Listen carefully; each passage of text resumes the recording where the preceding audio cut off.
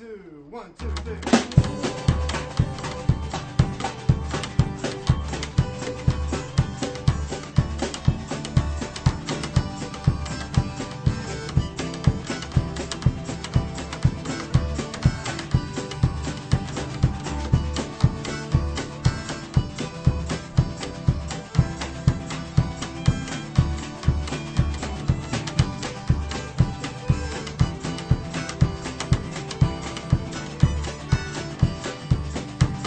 Hello and welcome to Ithaca DSA Presents.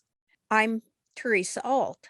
I'm here today with Dario Azzellini. He's been on this program before, and he's been in different places. Back when I interviewed you before, I think you were actually a researcher at Cornell University here in Ithaca.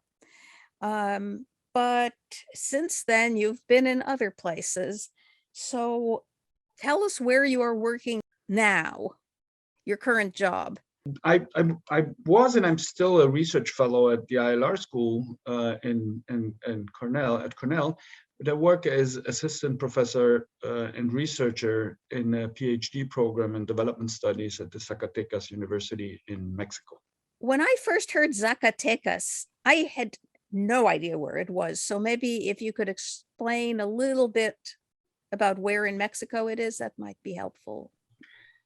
Just so yes, we know. It's from a Mexican perspective, they would probably say it's north, but it's like if you look at the map, it's rather in the middle of Mexico. But it's where the decisive battle between Pancho Villa and the troops, the anti-revolutionary troops of Mexico took place. So it is a historically very important place, and it's an old Spanish mining colonial city, and has this PhD program in development studies with a high international recognition. People like Henry Feldmeyer working there, or Raul Delgado Baez, who's like part of the central organization of the World Social Forum, but also part of the UN Migration Board, etc. So it's a very interesting place to be with a very intense PhD program. Well, development studies, they have been some of the most active graduate students over the years here at Cornell. So last fall, I interviewed you about local governments in Venezuela, the neighborhood assemblies or communal councils, and how they group together to form communes. But today, we want to look at cooperatives in Venezuela. How have cooperatives arisen in Venezuela? It is very interesting. So historically, Venezuela didn't have that many cooperatives, much less than other Latin American countries, also because like the whole economic structure is very different. So, and we see a lot of agricultural cooperatives in other Latin American countries.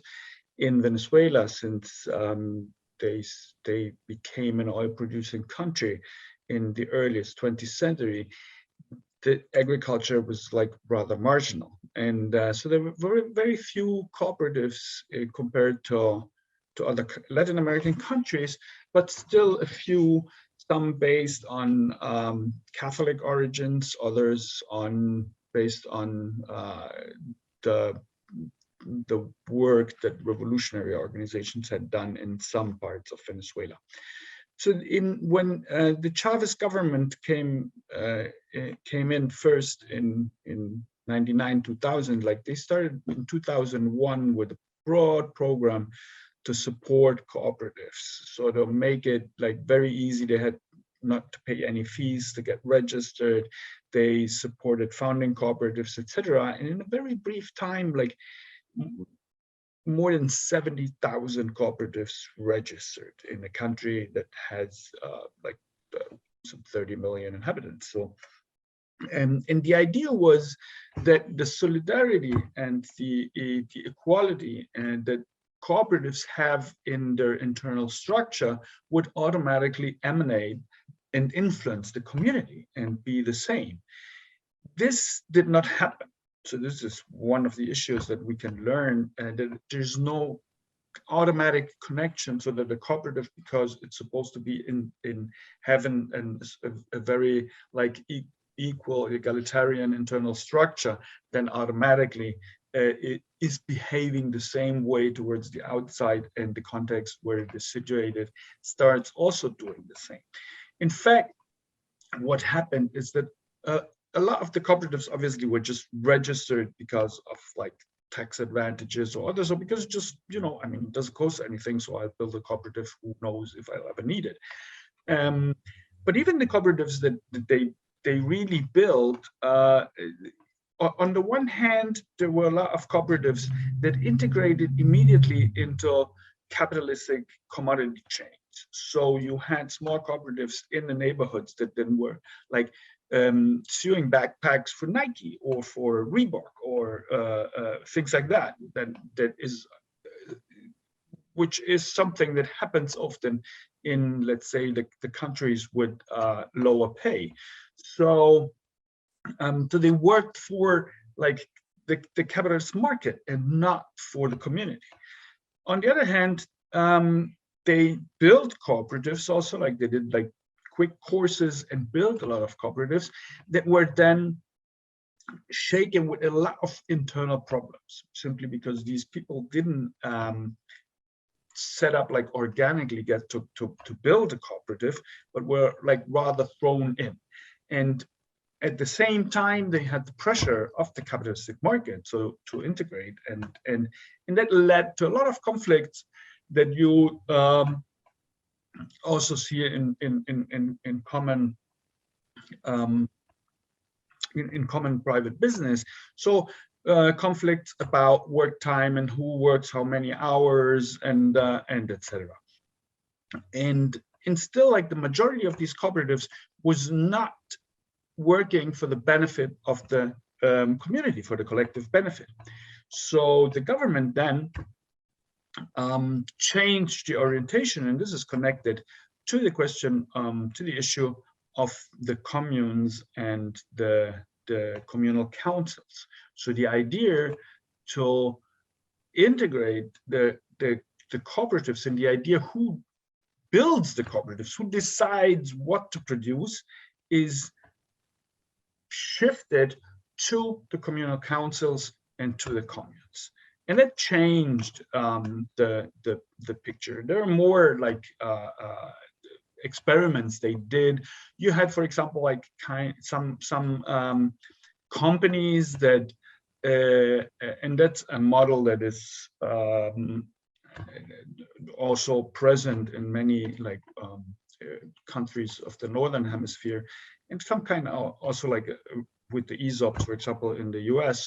So you had participation of workers with shares, or they built cooperatives that then owned a certain percentage of the company. And this was all like a failure. I mean, at least they admitted it was a failure. I think it's a failure in a certain sense also in the Northern Hemisphere, but it's not admitted because it's like all in the capitalistic view. So what do I mean they were a failure? Well, the workers did not have any power of decision. So how to work, what to produce, what to do with the surplus value that is produced, etc. But they were just made co-responsible for everything without being really able to decide anything. So this was considered a failure, because the orientation in Venezuela was right from the start that not just to create jobs like it is in many places with cooperatives, but the orientation was to change, to transform society, to transform economy. And that does not happen with these kind of models. It is even in many cases worse, because obviously if I'm a part owner of a business, even in the form of cooperative, and I don't have any way to decide on anything, but at the same time, I will obviously not go on strike, not fight for like certain things, because I immediately harming myself in a certain way. So I cannot decide anything, but then I'm co-responsible for losses. Suddenly, if it goes bad, I'm co-responsible, but I don't have any instrument to decide to make things differently. So this is why these models were all considered a failure, and then they switched to this model to support the community cooperatives that then had different names like enterprises of communal enterprises of social production, of socialist production, etc., etc. Well, let's see, going back to your failure, I think what you're saying is the model that is maybe fully or partly worker owned, but not worker run is a useless one. It is useful for capitalism. I mean, it is useful for capitalism. It is a useless one if we want to transform society and economy, and if we want to have like an economy that is useful for communities, an economy where workers decide, where workers have control over the workplace, what they produce and how they produce. For that, it's useless, but it's obviously useful. It's somehow often saving capitalist companies and private business. I was also intrigued when you mentioned, going back in history, something about Catholic origins of certain cooperatives. Yes, there's a strong history of Catholic cooperatives all over the world. I mean, in starting with the 1950s, there were like in places like Italy, France, and also Spain, Basque Country, etc. There were these worker priests that came up. So and from there, a lot of them then went to Latin America or other places. And from there, we have the development of the liberation theology that aligned then with also with partly Marxist theories, was part of many of the national liberation movements, even guerrillas, etc. But also the whole stream still existed of the Catholic like workers orientation and the support of building cooperatives. So that's that also existed in Venezuela, like it exists in other places in the world, and like mainly in Southern European countries and in Latin America. Well, it's interesting because in the United States too, there is the Catholic worker movement, which has its role in the beginnings of DSOC, which led to DSA. But at the same time, there are some extremely, let's call it, shall we use the euphemism, conservative? Well, there's no doubt. I mean, Catholic Church is probably the most successful company. There's no other company in the world that has survived 2,000 years. They're like in many countries in the world, they're the biggest land and real estate owner. So they could solve poverty pretty easy and pretty quick if they really wanted to. Yeah, I mean, like I said, I mean, we should like probably talk about different things. I mean, I studied all kinds of religions. I'm a complete atheist, but I don't really care how people get to Marxist and collective beliefs, if it's true, like the Catholic basics, or if it is true, I don't know, Buddhist love or whatever. I mean, as long as we end up in a society that respects everyone as equal, that looks at your abilities, that tries to eliminate poverty and etc. And like I said, also I think a lot of things that in many religions, including the Catholic religion, we find very conservative or reactionary positions. So that's it's not. So it's not that I'm saying that that's the solution, but it is a fact that it exists. These movements exist and had a certain influence, especially in Latin America, and Right. especially in liberation theology. So, Right. One gets, I think, interesting things when Catholicism and socialism mix. But that's not really what we were here to talk about. We were here to let's get back to cooperatives. So you're saying that I guess if a few people wanted to form a cooperative, it was bureaucratically easy to do for many years in Venezuela. And that is one reason for the great numerical explosion in cooperatives. And some of them perhaps weren't all that useful really intrinsically. Is there any history of like the factory takeovers that are so prominent in Argentina?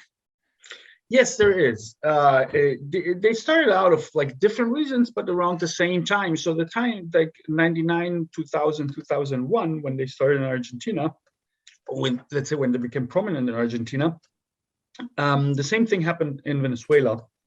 But in Venezuela, it was often because entrepreneurs left the factories, abandoned them, because they did not agree with the social and labor reforms that the Chavez government did. So it was not out of a crisis, like in the case of an economic or financial crisis, as in the case of Argentina, but rather out of a political crisis, if you want to call it like that. So there were like a lot of takeovers of factories back then. There is no systematic research in Venezuela. That's why we can't really say, but it's probably like about 100 of companies and factories and etc., and also land occupations that happened. In what happened then? You have in Venezuela this like while Chavez was pushing a lot these takeovers and even like reading lists of abandoned factories on TV and calling workers to take over the factories, etc., the whole like most of the state bureaucracy and regional governments, etc., were against it. They did not support it. They boycotted it. So you had a constant conflict all the time, and it ended up that most of the factories that were like workers' control was promised to be introduced step by step, it didn't happen. So at some point, government bureaucracy kicked in and took over, and also ruined a lot of these factories with corruption and private business, etc. On the other hand, we saw then a change to more and more like communes, the self-organized, self-governmental structure, like the just to remind everyone, not everyone was listening, probably we have the communal council, which is like a small entity with like 100 to 250 families in urban areas, less in rural areas, and as kind of local self-government. Many councils, communal councils, can build a commune together. So the communes have usually like up to 30,000, 20,000, depending on the place, urban, rural, etc., inhabitants, as also a self-government structure governed from below through assemblies and direct democracy. And we have, over the years, then more and more examples of like abandoned production sites, factories, greenhouses, land, etc., which is occupied and taken over by communes together with the workers or former workers. And these are usually like the most successful examples. So there's like, for example, just to name one, there's a former brewery that was owned by a big Brazilian company which controls breweries all over the continent. And this, it was abandoned. The workers took it over together with a nearby commune, and they started like first they had a deep water well, so they started like first distributing drinking water, and meanwhile they have set up an animal feed production. So they produce like animal feed for for different kinds of for cattle, for swine, and for chicken, and sell it. So this is like the business that they finally set up. There are others that were taken over by communes and workers together, and are also like successful.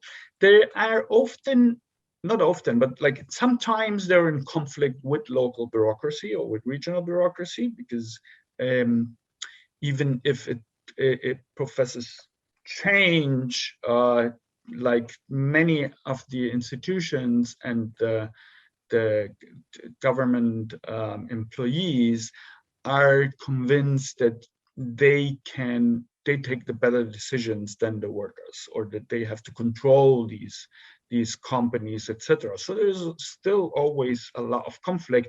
And also we have to say that not just because of the economic crisis, but also because of the whole the economic crisis caused by internal mistakes, but also obviously by the blockade, financial blockade, oil blockade, and everything that is happening in Venezuela. The US confiscated simply billions and billions of Venezuelan assets. They just like confiscated the refineries that Venezuela owned in the US and handed them over to the opposition, just like that. So it is obviously an induced economic crisis they have, but that's not the only reason. There are also a lot of internal problems that led to let's say, to a situation where this kind of self-management of factories, of workers' control, is hardly supported anymore by government institutions. You might find a few ones that support it, but workers are still like fighting for it. And like I said, there are a lot of production sites that are controlled by communes and former workers together and produce successfully.